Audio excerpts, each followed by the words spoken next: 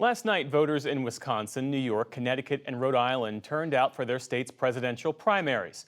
For more on the results and what this means for the upcoming election, White House correspondent Laura Barone-Lopez joins us now. So, Laura, 4 primaries last night. What were the biggest takeaways?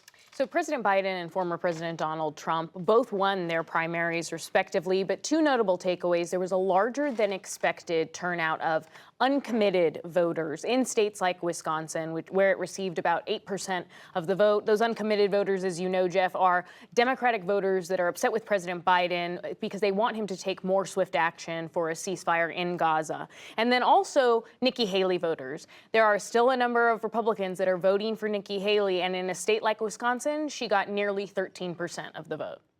And I understand we have some fresh polling. Polling, of course, is a snapshot in time, not a predictor. But where does this rematch between Donald Trump and President Biden stand right now?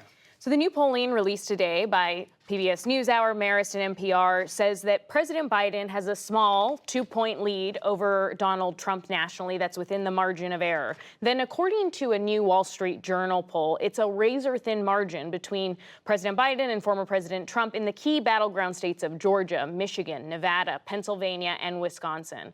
But Donald Trump is clearly leading President Biden in 2 other battleground states, Arizona and North Carolina, by 5 and 8 points respectively. Crucial to note in that poll, Jeff, is that RFK Jr., the independent frontrunner, has around 11% of the vote across these swing states. And then I just want to go back to our poll for a minute and highlight that another key data point in our poll is on voters' views of political violence. And it shows that 20% of Americans believe that they may have to resort to violence to, quote, get the country back on track.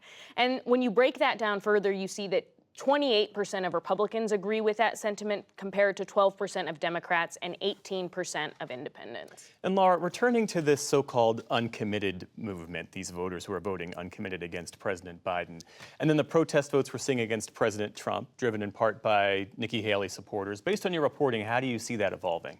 So with the uncommitted vote, those are Democrats, as I noted, that are clearly very upset with President Biden, and they're exercising this as a protest vote. I spoke to one of these uncommitted voters recently who said that they're not necessarily in the abandoned President Biden camp, but that they want to exert this protest and that hopefully they feel like they could maybe end up voting for President Biden come November. And so the question is ultimately, do they stay home? Do they protest vote, or do they actually go back to President Biden? Then when you look at Nikki Haley voters, where do they go next? President Biden's team is actively courting these voters, and I spoke to Sarah Longwell, a Republican strategist who conducts focus groups with a number of Republicans, including 2-time Trump voters who aren't necessarily happy with the former president, and they've expressed this frustration.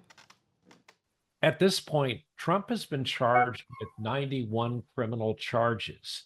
So do you want a president who is indicted and perhaps found guilty? And, in so many situations, we don't even hire people for jobs if they have a criminal history.